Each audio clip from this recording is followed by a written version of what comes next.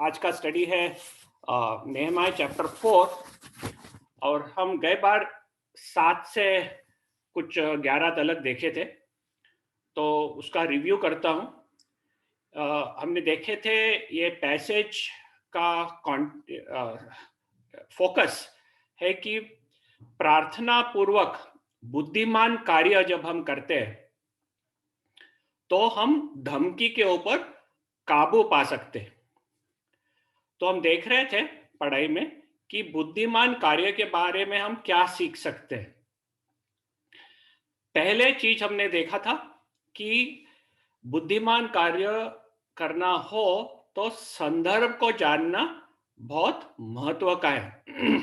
समस्या क्या है, एक बार हम समस्या समझ गए तो उसका हम उत्तर दे सकते हैं, उसका रिस्पांस दे सकते हैं। तो प्रॉब्लम के बारे में हमने देखे थे कि जो उधर कॉन्टेक्स्ट था कि उधर के जो समैरिटन्स थे वो बहुत गुस्से हो गए थे क्योंकि काम आगे बढ़ रहा था। दूसरा हमने देखे कि उन लोग ने एक योजना बढ़ाई थी इनके ऊपर हमला करने के लिए, और ये हमला अचानक रीति से उनका करने का इरादा था ताकि लोग अचानक रीति से पकड़े जाए और वो काम बंद हो जाए। तीसरा हमने देखे थे कि इधर के लोग 10वें वचन में कि इधर के लोग काफी ज्यादा काम से थक गए थे, दे वर ओवरबर्डन्ड।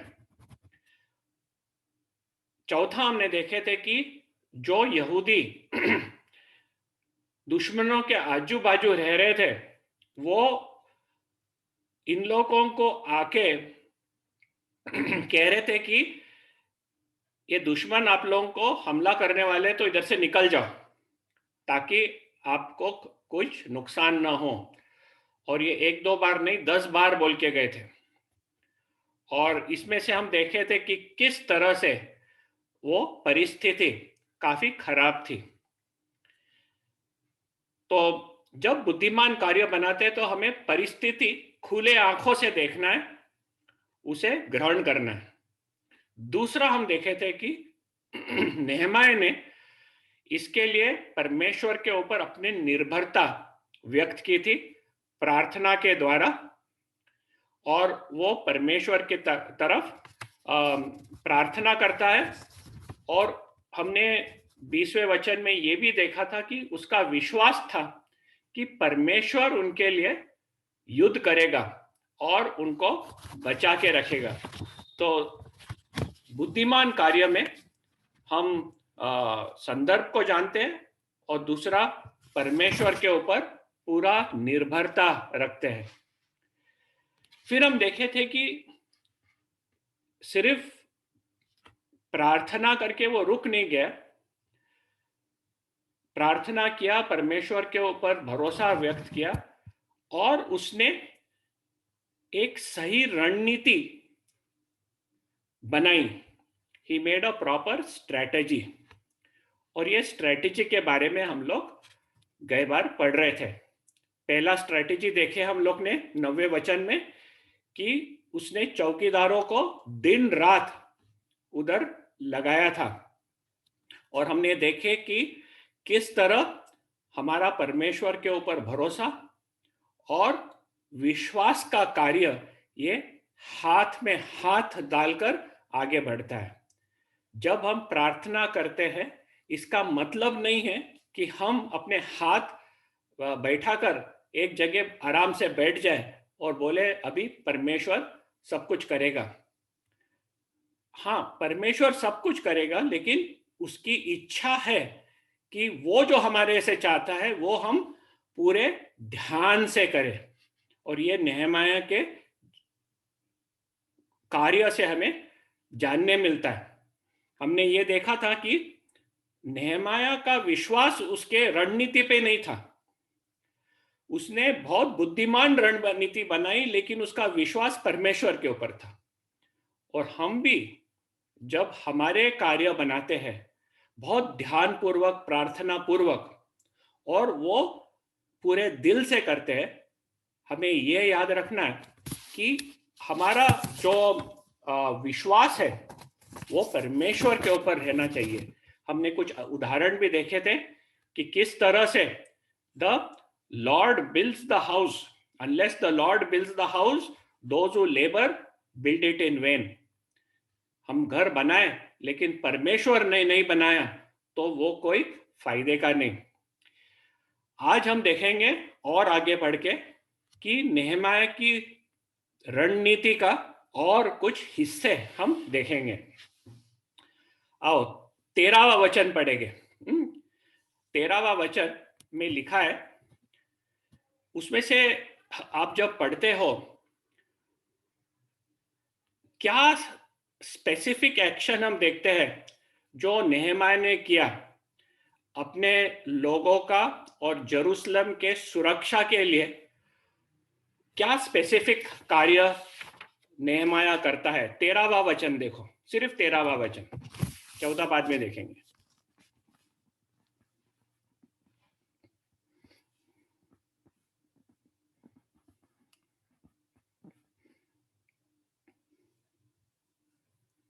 आप लोगों को अनम्यूट करके जवाब देना होगा। ये क्वेश्चन आंसर पूरा परिवार को पोस्टिंग किया था। हाँ, एक तो पूरे परिवार को पोस्टिंग किया था, बहुत इंपॉर्टेंट है वो। और क्या देखते हैं हम उधर? उनको तलवार, भाला वो सब दे के बिठाया था। एंड किधर उन्होंने उनको पोस्ट किया था?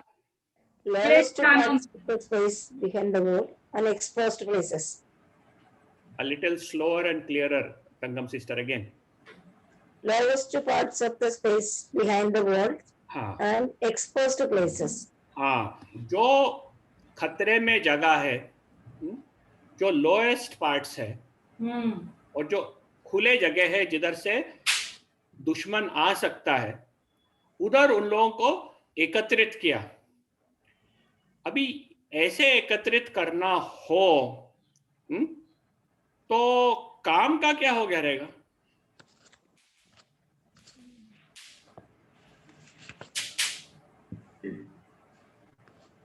स्लो हो जाएगा। बंद कर दिया करके सब जन को उसने लेके उधर पोस्ट कर दिया। जो ओपन एरिया है जिधर से अटैक आ सकता है, सब जन को वो लेकर उधर पोस्ट कर दिया, और वो भी अपने क्लैन्स एंड फैमिलीज के अकॉर्डिंग। ये ध्यान रखना कि थोड़े समय के लिए उन्होंने सब जन को लेकर उधर एकत्रित किया। यानी इसका मतलब है कि जो काम कर रहे थे वो काम में उसने रुकावट लाया, और ये जो अटेंशन की जरूरत थी उधर अपना पूरा अटेंशन उसने केंद्रित कर दिया। अभी मेरे को पूछना है, ये लोगों की परिस्थिति कैसी थी?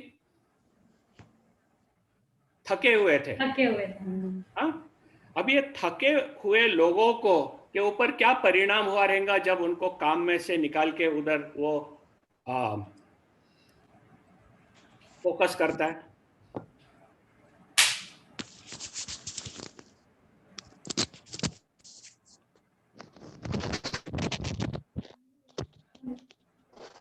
जब थके हुए लोगों को अपने काम से निकालकर उधर गार्डिंग के लिए जब वो डालता है, तो ये थके हुए लोगों के ऊपर क्या इफेक्ट आ सकता है?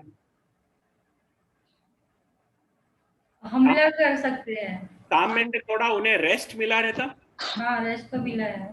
हाँ, तो ये जो उनकी सिचुएशन, जो उसने एक्शन लिया, जो योजना बनाई, ये सब परिस्थिति को उसने अकाउंट पर लेके उसने किया। ठीक है, बाद में हम देखेंगे उसने उसका स्ट्रेटेजी बदल दिया बाद में, लेकिन इस समय जब एकदम थके थे और जब डेंजर, खतरा सबसे ज्यादा था, वो खतरे के ऊपर अटेंशन फोकस कर देता है। जब वो अपने क्लैंस के अकॉर्डिंग और फैमिलीज के अकॉर्डिंग लोगों को स्टेशन करता है, तब उनके क्या इफेक्ट आपको लगता उनमें हुआ रहेगा? जब अपने फैमिलीज और क्लैंस के अकॉर्डिंग जब उन्हें गैदर करता है, तो क्या इफेक्ट हुआ रहेगा उनके ऊपर?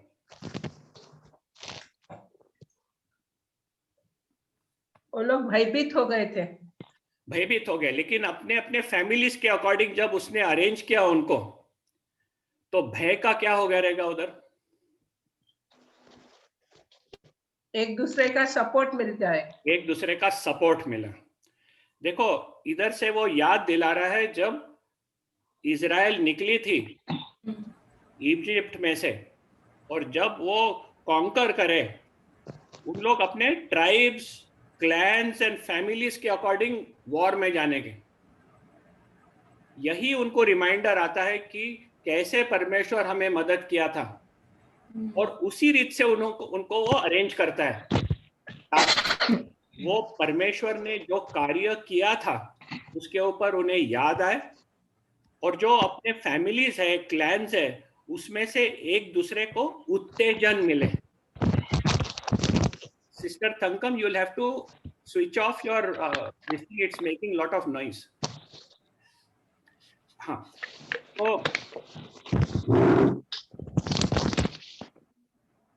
तो हम देखते हैं कि किस तरह से there is a sense of power and being in charge, और ये जो एक्शन नेहमाया ने किया था उसके द्वारा हम देखते हैं कि people got energized. हम इसमें से अभी ये इंटरप्रिटेशन हो गया, ऑब्जर्वेशन का इंटरप्रिटेशन। अभी एप्लीकेशन, हम लोग क्या सीख सकते हैं जब हम थके हुए रहते हैं और when we are under threat, हम इसमें से क्या सीख सकते हैं?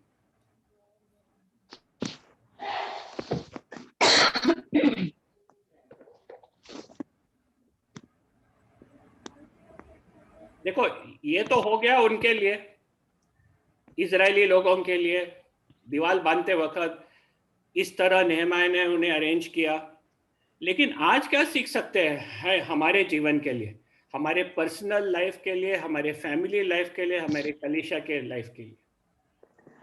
All families are together, they don't have any tension about them. जब हम एकत्रित आते हैं, then we are strengthened. और क्या सीख सकते हैं? Support बताया हुआ है। I couldn't follow what you said. Support that sister has already told. हाँ, तो एकत्रित आते हैं तब हमें सपोर्ट मिलता है। What else can we learn from that?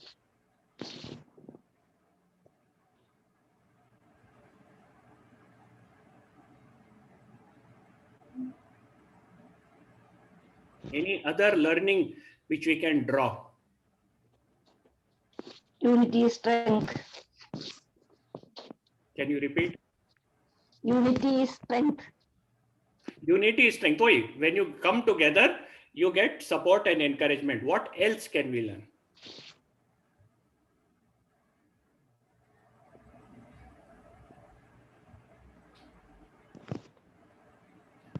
We have to protect. We have to protect our family members in a spiritual sense also. Yes. Because he says, verse 14, he says. We'll come to 14, brother. I'll cover 14 separately. From 13, what can we draw?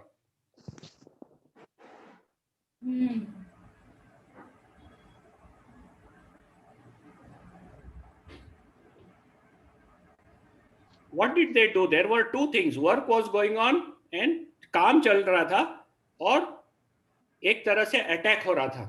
तो उसने क्या decision लिया?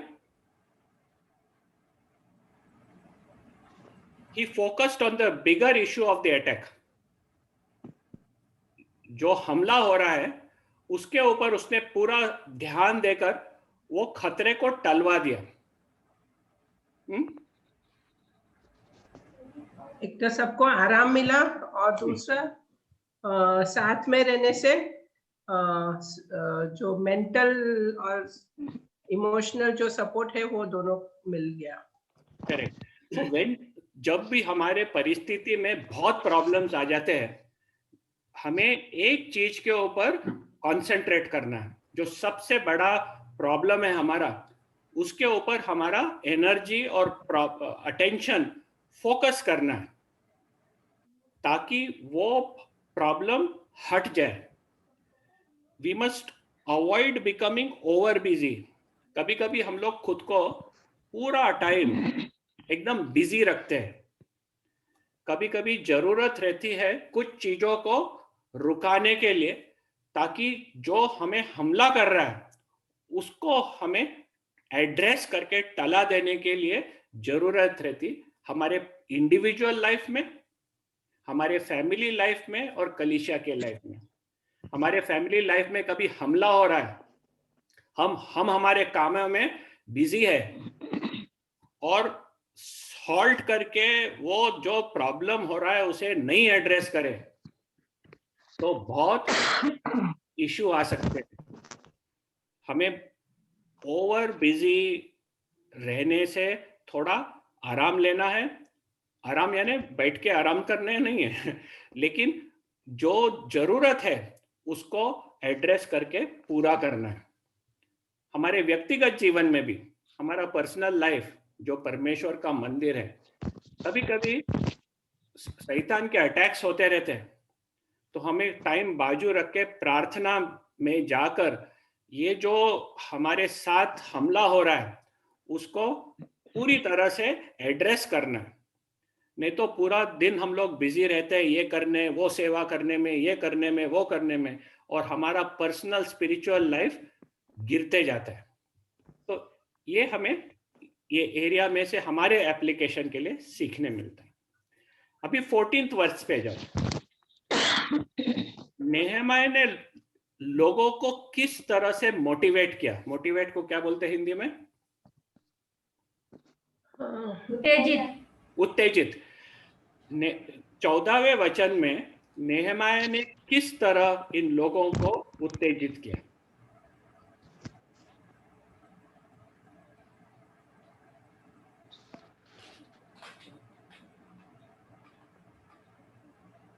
तब मैं देखकर था और ईसो और हकीमों और सब लोगों से कहा, उनसे मत डरो। प्रभु जो महान और भय योग्य है, उसी को स्मरण करके अपने भाइयों, बेटों, बेटियों, स्त्रियों और घरों के लिए युद्ध करना। तो इसमें क्या स्ट्रेटेजी थी उसकी?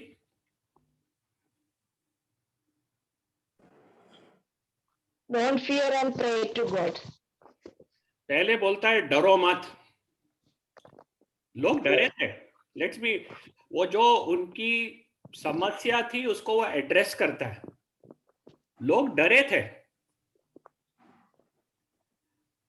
तो जो डर है उसको छुपा नहीं देता है, एड्रेस इट। और वो बोलता है कि ये डर, आप लोग डरो मत। क्योंकि घबराए गए थे लोग, तो वो उनके प्रॉब्लम को एड्रेस करता है। दूसरा क्या बोलता है उनको करने के लिए? प्रार्थना। Remember the Lord. Remember the Lord, यानी जो दुश्मन है उसके ऊपर से तुम ध्यान बाजू करो और तुम्हारा ध्यान परमेश्वर के ऊपर केंद्रित कर दो। आप दुश्मन के बारे में सोचते बैठेंगे तो वैसे ही डरे हुए पूरे घबरा जाएंगे। तो आप परमेश्वर की तरफ देखो। जब आप परमेश्वर को देखते हैं तो क्या जानते हैं ये परमेश्वर के बारे में? ये परमेश्वर है जो इजराइल को इजिप्ट में से निकाला, जो समुद्र को डुबागा, जो यर्दन नदी को रुका दिया, जो कानान देश में हर एक जो बड़े बड़े उनके दुश्मन थे सबको उसने हरा के ये देश उसने अपने लोगों को दिया था। रिमेंबर, ये हमारा महान और ऑसम परमेश्वर। फिर वो और क्या बोलता है उन्हें? एक तो परमेश्वर के ऊपर ध्यान दो, फिर उनको उत्तेजित करने के लिए Fight for your brothers, your sons and your daughters. डरा हुआ आदमी किसके बारे में सोचता है? बच्चों के Family, घर के बारे में। family. खुद के No. बारे में सोचता है, खुद के बारे में बोलते हैं भाई आप लड़ो। Yes brother, our bank and keep. Can you repeat? Sorry, brother. The mic was off. Okay, तो किसके लिए बोलता है? भाइयों के लिए, बेटों के लिए, बेटी के लिए, पत्नी के लिए, घर के लिए। ध्यान आपके पास से निकाल दो। एक तो ध्यान परमेश्वर के ऊपर लगाओ, एक तो ध्यान आपके जो उधर पड़े हैं लोग, बेसहारा लोग, उनके लिए जाके लड़ो। घबरा के आप कुछ कर नहीं सकते, जान दांव पे लगाओ एंड लड़ो। ये करने से आपको क्या लगता है, ये लोगों के ऊपर क्या परिणाम हुआ रहेगा? एनकरेजमेंट मिला, एनकरेजमेंट मिल गया। जो डर में उन लोग कांपते बैठे थे वो डर निकल गई। अभी हिम्मत आई कि आने दो, दुश्मन को हम बताएंगे क्या करता है। देखो किस तरह से नेहमाया ने एक बहुत परिस्थिति को पलट दिया। हम क्या सीख सकते हैं इसमें से?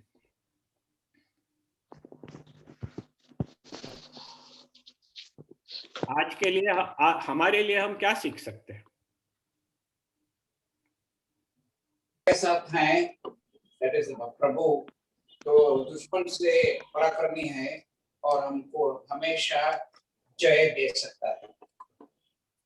यस, एक तो हमें परमेश्वर के ऊपर हमारा ध्यान पूरी तरह केंद्रित करना है। प्रॉब्लम आया तो ध्यान पहला परमेश्वर के ऊपर जाना है। देखो इजरायली लोग वो याद कर सकते थे कि परमेश्वर ने कैसा छुटकारा दिया। हम लोग किसके ऊपर ध्यान दे सकते हैं? हम क्या याद कर सकते हैं?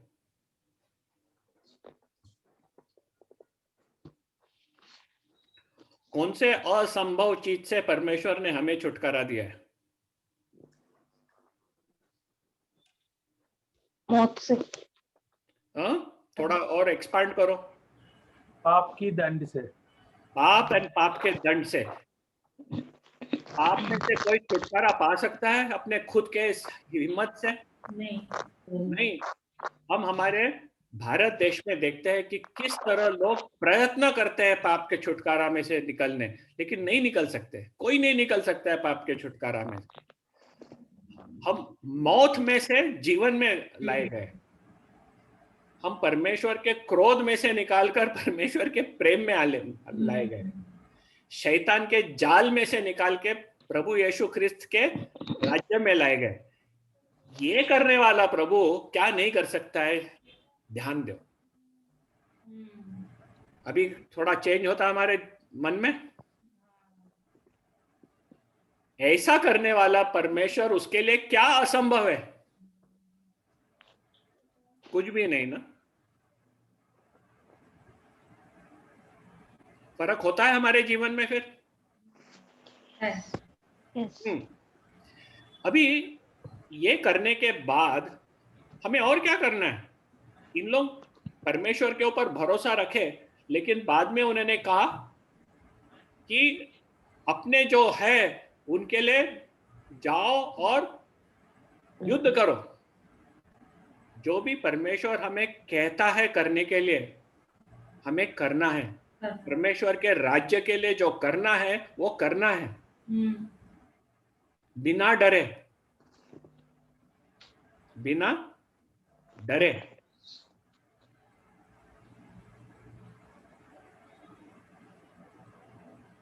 ये जो लोग थे वो एकदम निराश हो गए। क्या उनमें एक नया मकसद आ गया, एक उत्तेजन आ गया? क्या हमारे भी जीवन में ऐसा उत्तेजन आ सकता है?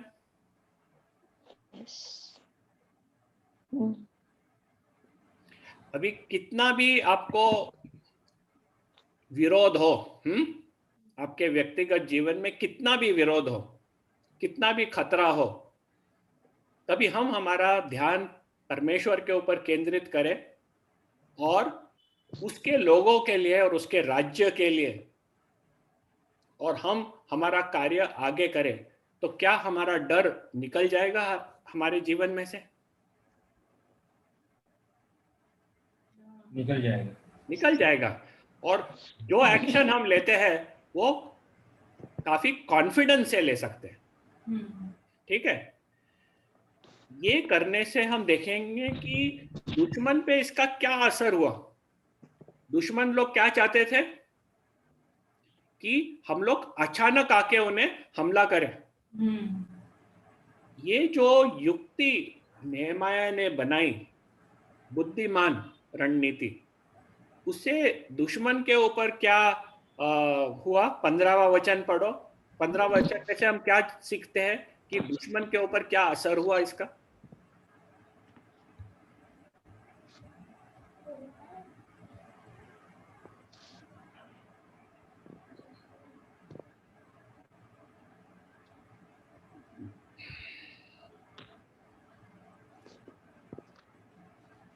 प्रश्न क्लियर है ना?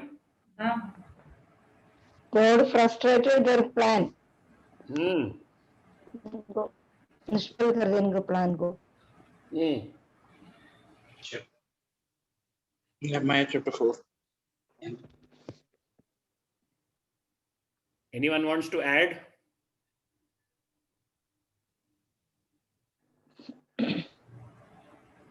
और किसको इस पे जोड़ना है उत्तर?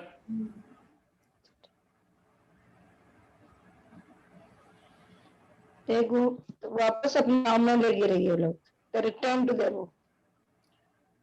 तो उनका जो इच्छा थी कि अटैक करे सरप्राइज से, काफी थोड़े जन को भी उन लोग मार दिए रहते, तो लोग हलचल में बिखर गए रहते।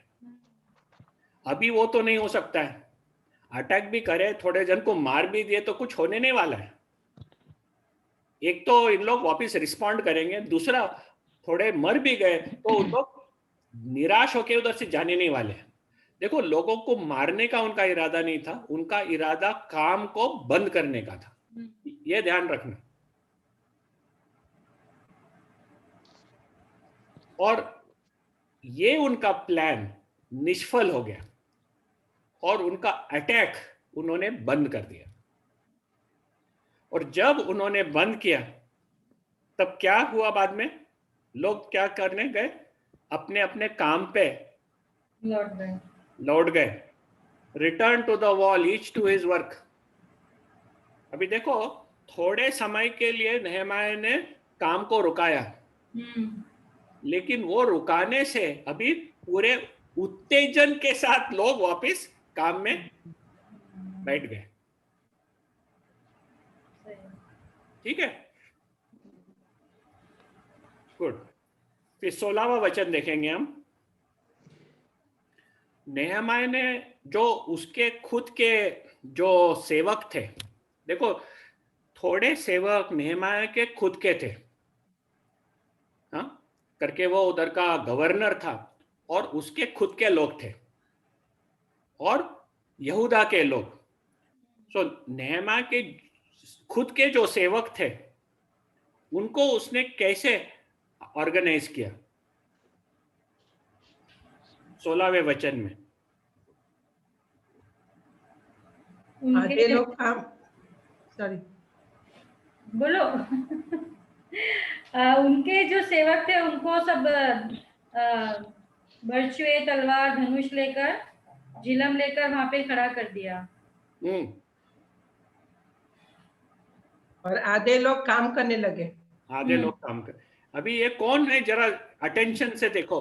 वो मेरे सेवक। हाँ। जो गवर्नर रहता, उसके सेवक लोग क्या काम करते हैं नॉर्मली? उनकी रक्षा करते हैं। उनकी, हाँ, गवर्नर की रक्षा करते हैं। वो गवर्नर की रक्षा और गवर्नर की सेवा करने के लिए लोग दिए गए, लेकिन नेहमाया ने उन्हें किधर लगाया? काम में और उन लोगों के साथ। सबकी सेवा में। तब वो तो जो वॉल है उसकी सुरक्षा में लगाया और काम भी करने लगा दिया।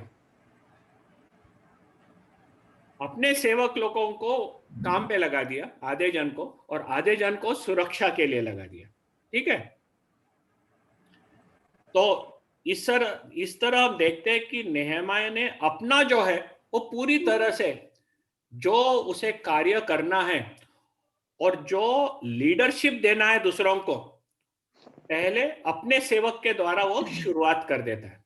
ये देखना है हमें। वो सिर्फ नहीं चाहता है कि दूसरे लोग काम करें, वो खुद अपने जो लोग हैं उनको उस सेवा में लगा देता है। ठीक है, फिर 17 और 18 देखेंगे। नेहमाया ने लोगों को किस तरह से ऑर्गेनाइज किया काम करने के लिए। 17 और 18 वचन में से हम क्या देखते हैं?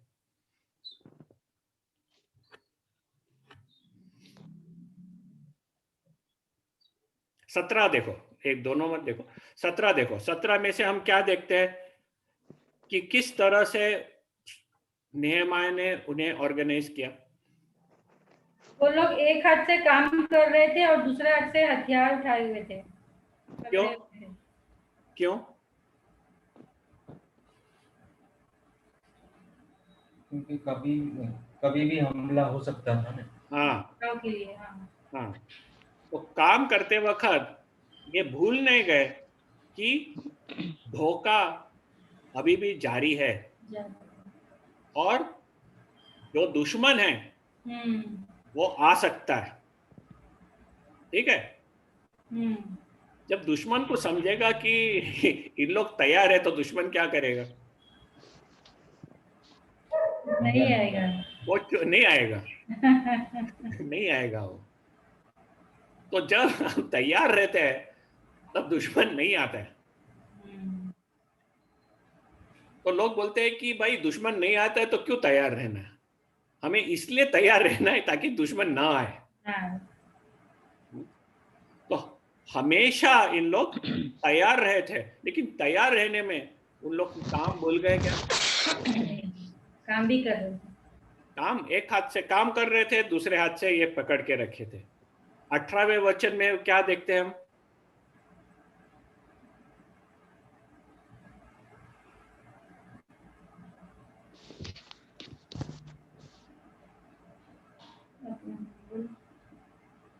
जो बात काम कर रहे थे, हाँ, वो अपने साथ तलवार लेके रखते थे।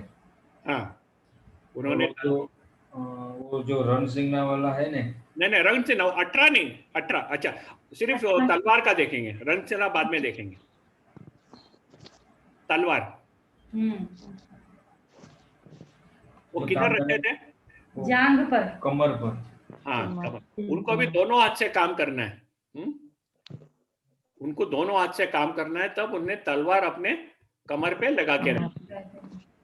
तो इस तरह हम देखते हैं कि लोग अलर्ट थे। तो ये जो भी काम कर रहे थे उस दीवार पे, कौन से दो चीजों के ऊपर उनका ध्यान था?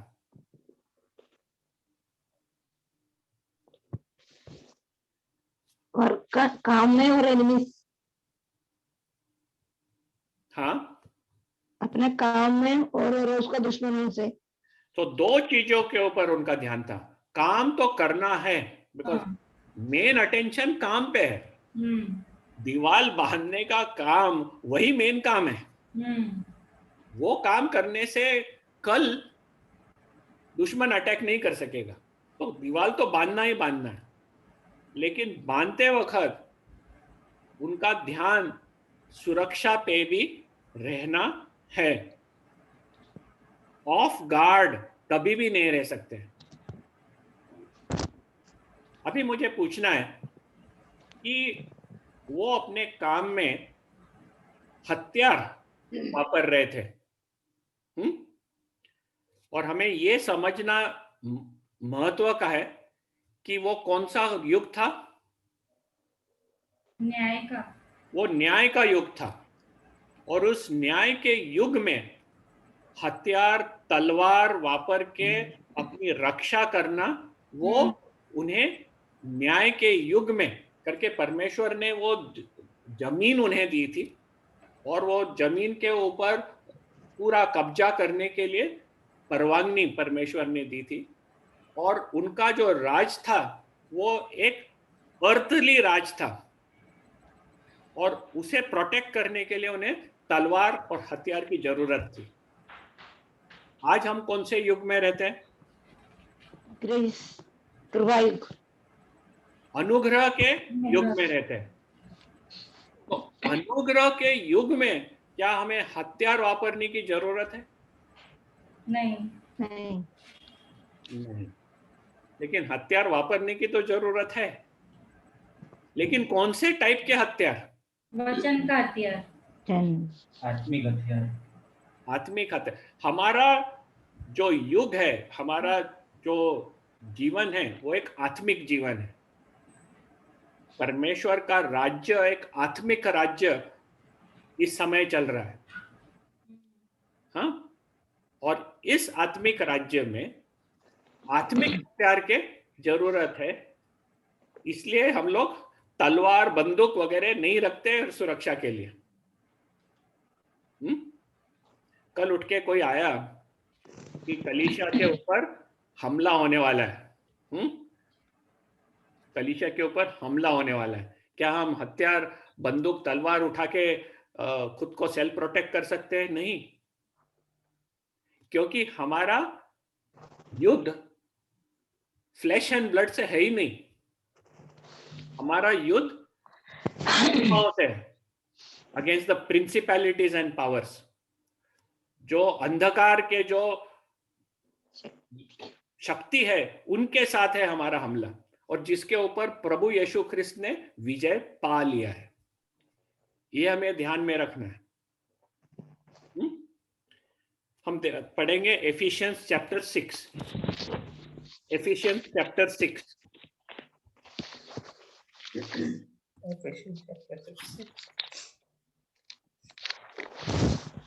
आज के हमारे हथियार क्या है वो देखेंगे।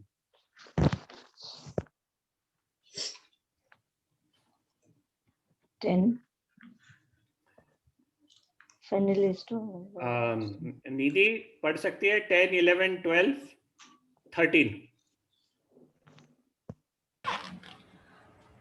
10, 11, 12, 13। इसीलिए प्रभु में और उसकी शांति के प्रभाव में बलवंत बनो। परमेश्वर के सारे हथियार बांध लो कि तुम शैतान की युक्तियों के सामने खड़े रह सको, क्योंकि हमारा यह मल युद्ध लहू और मांस से नहीं, परंतु प्रधानों से और अधिकारियों से और इस संसार के अधिकार के हाकिमों से और उस दुष्टता की आत्मिक सेनाओं से है जो आकाश में है। इसीलिए परमेश्वर के सारे हथियार बांध लो कि तुम बुरे दिन में सामना कर सको और सब कुछ पूरा करके स्थिर रह सको।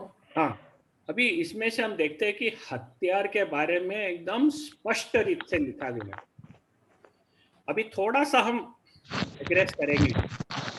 जब हम बाइबल पढ़ते हैं और बाइबल का अनुवाद करते हैं, बाइबल पढ़ते हैं और बाइबल का अनुवाद करते हैं, तब ये वचन किस समय लिखा गया है, उस समय किस तरह लोगों को लागू था, और आज का समय किस तरह वो समय से अलग है, और आज वो किस तरह लागू हो सकता है, ये समझना कोई भी बाइबल स्टडी का बहुत महत्व का भाग है।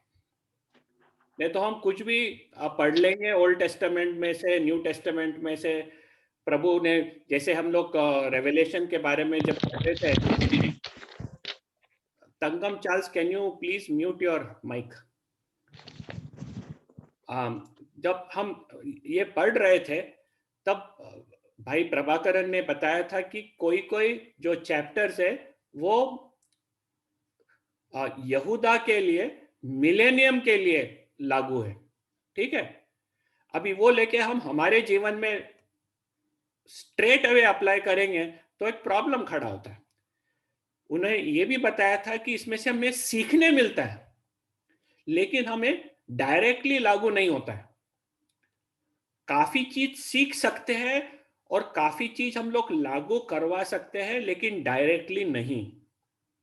वैसे भी हम जब ओल्ड टेस्टामेंट पढ़ते हैं, हमें ओल्ड टेस्टामेंट का संदर्भ सीखना है, किस तरह वो सही रीत से उधर एप्लीकेबल है, और आज जो हमारा संदर्भ किस तरह से अलग है, और ये अलग संदर्भ में हम कैसे लागू कर सकते हैं, इसके ऊपर हमारा को थोड़ा ध्यान देना है। तो ही हम बाइबल का अनुवाद और हमारा एप्लीकेशन सही रीत से कर सकेंगे। कोई ये नहीं करा ठीक से तो वो तो इजीली बोलेगा कि देखो परमेश्वर चाहता है कि हथियार उठा के आप लोग आपके विरुद्ध कोई अन्याय करेगा तो उसके ऊपर हथियार लेके हमला करो, और ये कंप्लीटली गलत अनुवाद है। क्योंकि हम न्यू टेस्टामेंट पढ़ते हैं तब हमारे दुश्मनों के बारे में क्या लिखा गया है, हमारा किस तरह से उनके ऊपर रिस्पॉन्स रहना चाहिए।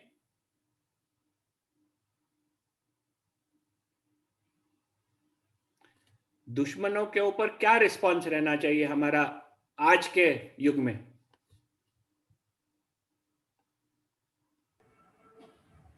उनके लिए प्रार्थना करना। हाँ, उनके लिए प्रार्थना करना, और वो आपके बारे में लिए बुरा करे तो आप उनके लिए भला करना। करेक्ट? ऐसे हमें ये संदर्भ समझना इंपॉर्टेंट है, फिर हम इंटरप्रिटेशन सही रीत से कर सकेंगे, जैसे अभी ये देख रहे हैं।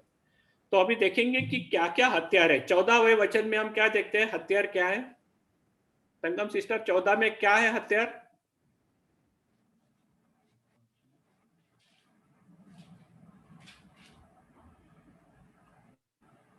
तेरह में है हथियार।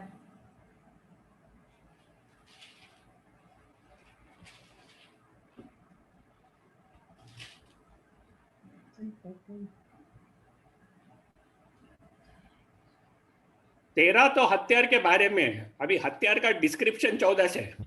परमेश्वर को याद करना। कौन से हथियार वो 14-15 में दिए? 14 में क्या दिया है, कौन सा हथियार? Belt of truth. Belt of truth, correct. सत्य। Breastplate of righteousness. हाँ, दो चीज दिए है, एक बेल्ट ऑफ ट्रूथ और दूसरा ब्रेस्ट प्लेट ऑफ राइचियसनेस। जो सत्य है वो एक बेल्ट तरह के आप बांध लो, और जो आपके लिए छाती को आपको संभालना है वो धार्मिकता है। अब ये धार्मिकता मिलती किधर से?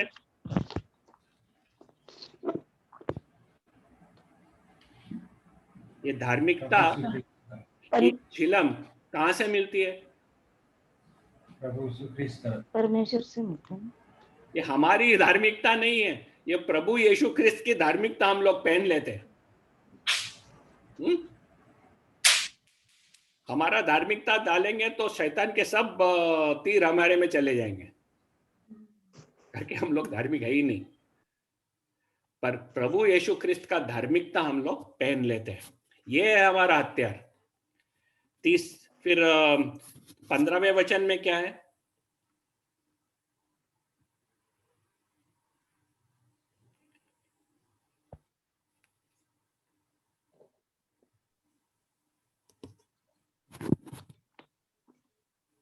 पंद्रह वचन। प्लान फ्रस्ट्रेट किया था। वापस काम में लगे रहे। रिपीट। समाचार के जूते पहन लो। सुसमाचार के तैयारी के जूते, यानी क्या करना है?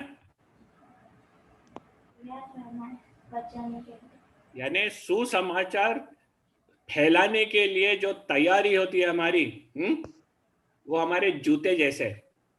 आप कभी मैदान पे उतर गए, हाँ, युद्ध के लिए, और आपके पैर में जूते नहीं, तो क्या होगा आपका? युद्ध नहीं कर सकेंगे। तो काटे बीटे क्या, उधर ही बैठ जाएंगे आप।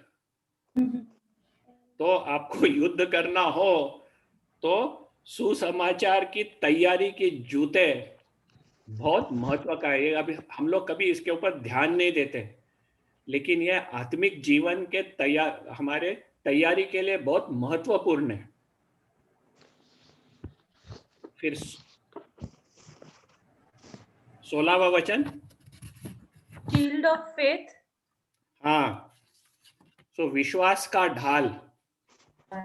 किसके ऊपर विश्वास?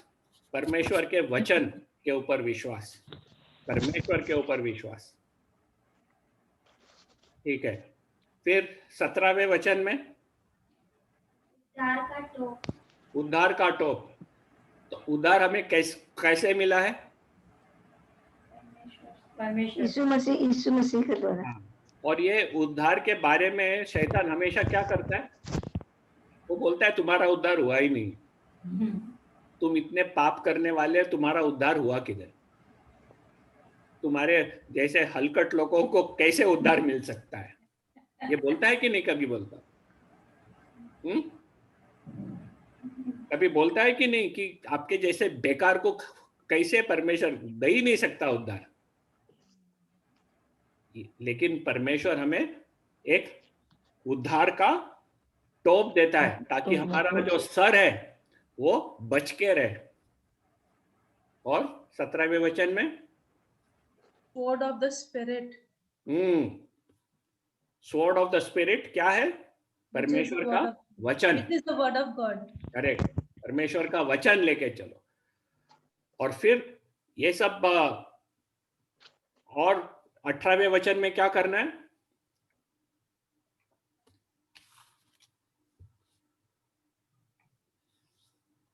अठारहवें वचन में से क्या सीखते हैं हम? कंटिन्यूस प्रार्थना करना है। ये हथियार है हमारी। प्रार्थना में रहो और कीप अलर्ट। हमारी आत्मिक हथियार ये है, और ये पूरी तरह से हमें सब कुछ पहन लेना है। हम एक हथियार नहीं ले सकते। हम वचन के ऊपर ध्यान देंगे लेकिन बाकी का चीज भूल जाएंगे। नहीं, ऐसा नहीं होता है। लेकिन हम हमारा सैल्वेशन के बारे में सुरक्षित रखेंगे, बाकी का सब भूल जाएंगे। नहीं होता है। ये सब हथियार हमें पहन के युद्ध में उतरना है। ठीक है, अभी 18-19 वापिस हम चले जाएंगे नेहमाया में। 18-19-20 वो ट्रम्पेट के बारे में हम क्या सीखते हैं इधर? नेहमाया ने क्या योजना बनाई ताकि जो लोग बिखरे हुए थे, ये बिखरे हुए लोगों का काम और सुरक्षा किस तरह नेहमाया ने योजना की थी? 18-19-20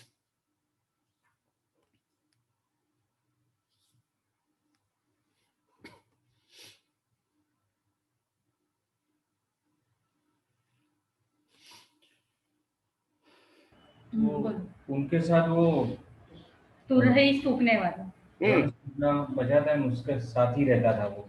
हाँ, उससे क्या होता था? कुछ भी खतरा होता है तो बचता है तो सब एक ही जगह जाते हैं। एकत्रित हो जाते। हाँ, उससे क्या बेनिफिट होगा? किस तरह उन्हें मदद मिलेगा? आपने जो बोले वो सही है। वो तुरई वाला नेहमाया के साथ रहने का, और जब भी कोई खतरा हो और तुरई बजाएगा तो सब लोग उधर इकट्ठा होना है। ये किस तरह से नेहमाया और काम को मदद मिले?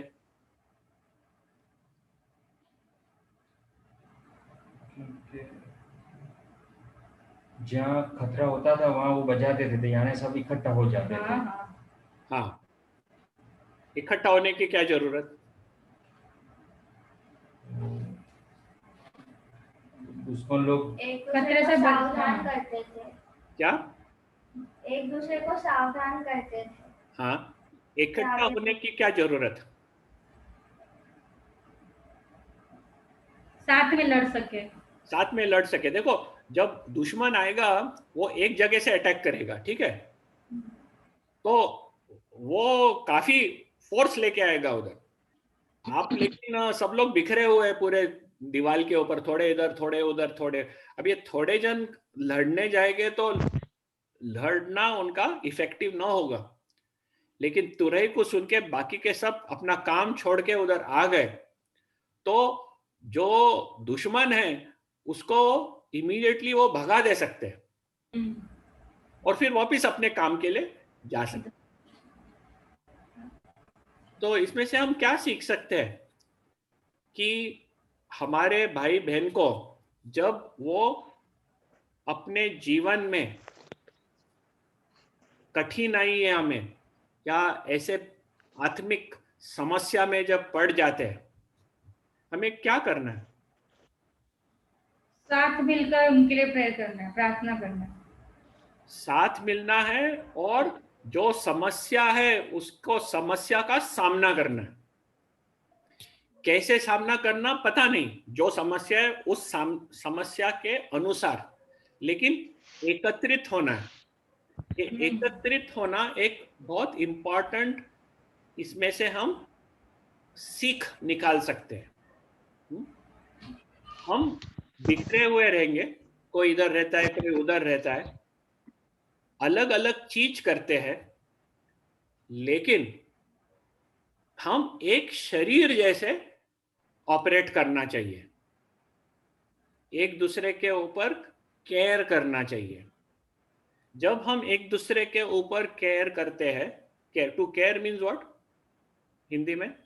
हाँ, काळजी राखी। हाँ, हम एक ध्यान रखते हैं, ध्यान रखना, संभालना। हम एक दूसरे के ऊपर जब काळजी रखते हैं तो हम खुद पे काळजी रखते हैं, क्योंकि हम एक शरीर है, ये याद रखना। हम देखो, उस जगह में कभी लोग बोले रहते अटैक तो उन लोगों को क्या, हमको क्या लेना देना, हम हमारा काम करते रहेंगे। तो नुकसान किसका? सब जन का नुकसान, ये याद रखना। तो हमारे में भी जब किसको तकलीफ होती है तो ये नहीं बोल सकते वो तो उसकी प्रॉब्लम है, वो जाने। हम एक शरीर है और एक शरीर में एक भाग को नुकसान हुआ तो सब जन का नुकसान हो गया, ऐसा ही समझ लो, ठीक है? ये हमें सीखना मिलता है। 21वें वचन में हम क्या देखते हैं, किस तरह से वो काम कर रहे थे। वर्स 21,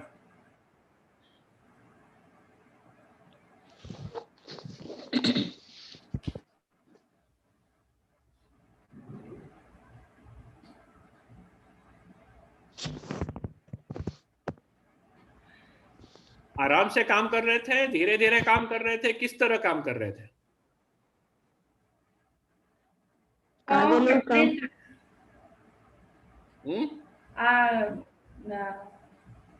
पाँव फटने तक, यानी वो होने तक वो लोग काम करते थे। आधे लोग काम कर रहे थे, आधे लोग उसमें हथियार पकड़। कब से कब काम कर रहे थे? 2 शिफ्ट में काम कर रहे थे, सवेरे से शाम तक। देखो, सवेरे से शाम तक। हाँ, काफी तेजी से काम चल रहा था, काफी मेहनत कर रहे थे लोग, क्योंकि ये काम जल्दी से निपटना था। क्योंकि जल्दी से निपटने से क्या होगा, खतरा भी जल्दी से निपट जाएगा। तो इसमें से हम सीखते हैं कि परमेश्वर के शरीर को मैच्योरिटी में बढ़ाने के लिए हमें तेजी से काम करना है। हर एक जन मिलकर, डिसाइपलशिप यानी हम लोग एक साथ एक दूसरे को हाथ मिलाकर जल्दी से हमें हमारे आत्मिक जीवन में बढ़ना है। ताकि जो अटैक्स होते रहते हैं शैतान के वो कम होते जाए। आराम से नहीं करना है काम। और फिर 22वें वचन में हम देखते हैं कि किस तरह नेहमाया ने लोगों को कहा कि तुम लोग इधर ही सो जाओ, रात को रह जाओ सिटी में, ताकि जो भी गार्ड की जरूरत हो, कुछ अटैक हो गया, लोग अवेलेबल रहेंगे। तो ये था नेहमाया की रणनीति, और हम देखते हैं रणनीति कितनी सक्सेसफुल थी। लेकिन इसमें से लोगों को काफी कुछ करना था। लेकिन नेहमाया से हम क्या सीखते हैं? वर्स 23 में उसके लीडरशिप, उसके नेतृत्व के बारे में हम क्या सीखते हैं वर्स 23 में से?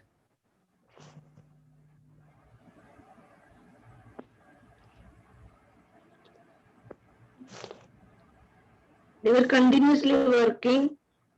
They never changed their clothes or their need take time for bathing or anything like that. हाँ, उसका मतलब क्या है? Be alert all the time. मतलब क्या है उसका? नेहमाया see their comfort. led by example. नेहमाया ने नेतृत्व एक उदाहरण देके करा। लोगों को सिर्फ काम नहीं करवाया, वो खुद और उसके लोग वैसे ही पूरे मन लगा के काम किए। ये है हमें लीडिंग बाय एग्जाम्पल। कलीसिया में हमें आज्ञावानी देनी हो तो उदाहरण के नाते देना है। हम सब जन को एक दूसरे के बारे में बात सिर्फ नहीं करना है, वो ये नहीं करता है, वो नहीं करती है। हमें उदाहरण आगे बढ़ के लोगों को उत्तेजन देना है, ताकि दूसरे लोग भी कलीसिया के हमारे साथ आगे बढ़े। तो प्रभु यीशु ख्रिस्त की सेवा के बारे में जब हम बोलते हैं, वो हमेशा एक उदाहरण के अनुसार होता है, एक स्थानीय रीत से नहीं होता है, एक पोजीशन के रीत से नहीं होता है, एक उदाहरण। ये नेहमाया के जीवन में से हम पढ़ते हैं। तो ये जो चैप्टर 4 पढ़े, उसमें से हम ये देखें दो इंपॉर्टेंट चीजें, कि एक प्रार्थना करना है, लेकिन हमें रणनीति भी बनाना है और कार्य भी करना है। परमेश्वर के ऊपर भरोसा है करके हमारे कार्य के ऊपर उसको प्रभावित बनाने के लिए परमेश्वर का आशीर्वाद ही प्रभावित बनाता है। और दूसरा कि आज के जो हमारे हथियार है, वो पहले के हथियार से कई अलग है, और हमें उसके परमेश्वर के ऊपर